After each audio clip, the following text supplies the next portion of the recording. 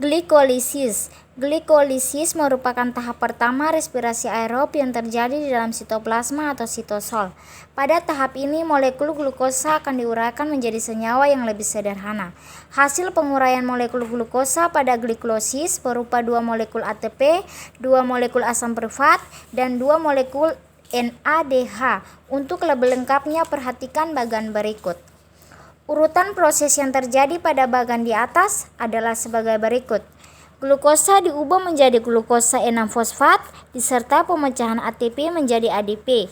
ATP harus dipecah menjadi ADP karena dibutuhkan sumber energi.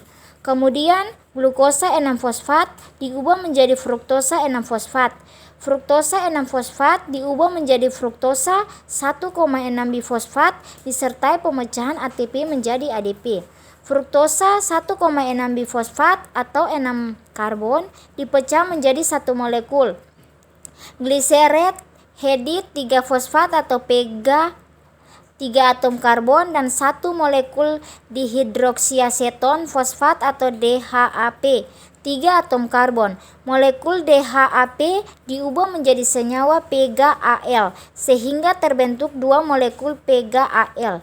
Molekul PGAL diubah menjadi senyawa 1,3 bisfosgliserat dengan cara pengikat atau PI fosfat organik. Setiap satu molekul PGAL menghasilkan 1 NADH. 1,3 bifosfoliserat diubah menjadi 3 fosfogliserat. Pada reaksi ini dihasilkan ATP sebagai sumber energi. 3 fosfoliserat diubah menjadi 2 fosfogliserat. 2 fosfoliserat diubah menjadi senyawa fosfopiruvat atau PEP. 1 fosfonolpiruvat diubah menjadi asam piruvat disertai pembentukan ATP. ATP atau adenosim trifosfat merupakan sumber energi yang nantinya digunakan untuk transport aktif menuju mitokondria. Untuk 2 molekul NADH yang dihasilkan akan ditransfer ke tahap transport elektron. Berikut ini ringkasan tahap glikolisis. Glukosa tambah 2 ATP, 2 asam piruvat tambah 2 NADH tambah 2 ATP. Yang kedua, dekarboksilasi oksidatif. Tahap kedua setelah glikolisis adalah dekarboksilasi oksidatif. Tahap ini berlangsung di dalam mitokondria. Reaksi pertama diawali dengan perubahan asam piruvat menjadi asetil koenzim A atau asetil CoA. Perubahan asam piruvat menjadi molekul CO2 dan NADH. Artinya satu molekul asam piruvat akan menghasilkan satu molekul asetil CoA, CO2 dan NADH.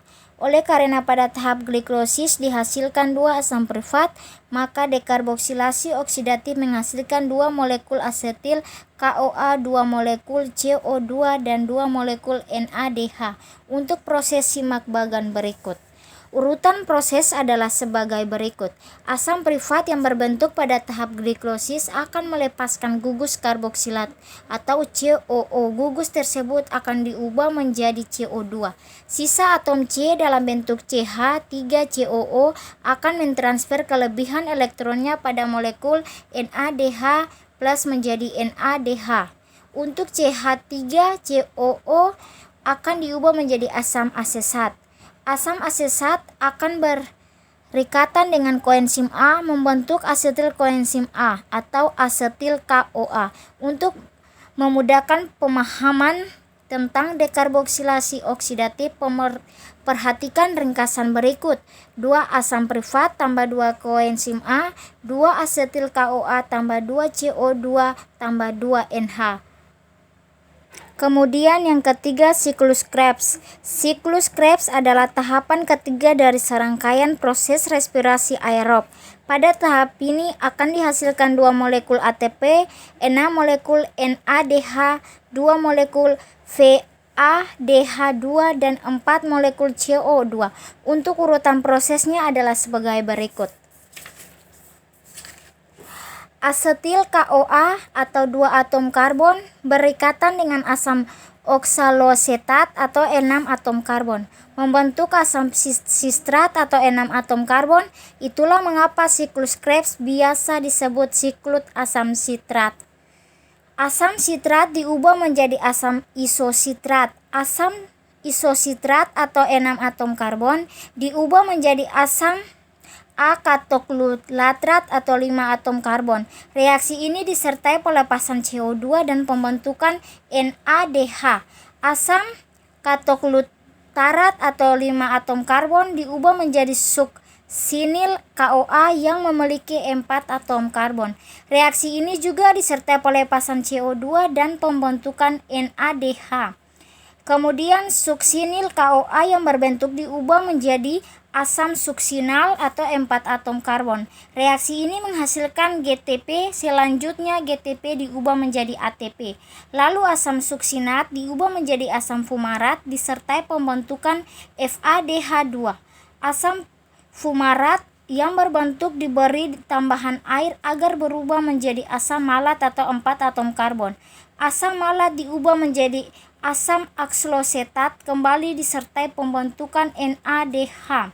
Jika sederhanakan siklus Krebs bisa dituliskan sebagai berikut. 2 asetil KOA tambah 2 asam aksalosetat, 6 DADH tambah 2 FADH tambah 2 ATP tambah 4 CO2. Kemudian yang keempat, transport elektron. Tahap ini merupakan tahap akhir pada respirasi aerob yang disertai pembentukan ATP paling banyak. Transport elektron berlangsung di dalam krista, yaitu membran dalam mitokondria. Reaksi yang berlangsung di dalam transport elektron adalah reaksi reduksi dan oksidasi antara senyawa. Dalam transport elektron adalah reaksi NADH dan FADH2. Kedua senyawa tersebut dihasilkan dari tahapan sebelumnya. Senyawa yang terlibat dalam transport elektron adalah koenzim Q, sitokrom B, sitokrom C, sitokrom A, dan oksigen. Simak bagan berikut ini. Adapun penjabaran bagan di atas adalah sebagai berikut. NADH mampu menghasilkan elektron berenergi tinggi melalui proses oksidasi. Lalu elektron tersebut ditransfer ke koenzim Q. Oleh karena tingginya energi elektron, ADP dan fosfat organik bersatu membentuk ATP. Kemudian koenzim Q akan dioksidasi oleh sitokrom B. Akibatnya koenzim Q akan melepaskan elektron dan 2 ion H. Sitokrom B akan dioksidasi oleh sitokrom C sehingga dihasilkan energi cukup tinggi. Akibatnya ADP dan fosfat anorganik akan bersatu membentuk ATP. Selanjutnya sitokrom C akan reduksi sitokrom A. Sitokrom A akan mengoksidasi sitokrom A. Reaksi ini juga memicu bersatunya ADP dan fosfat organik membentuk ATP. Demikianlah dari saya, sekian dan terima kasih.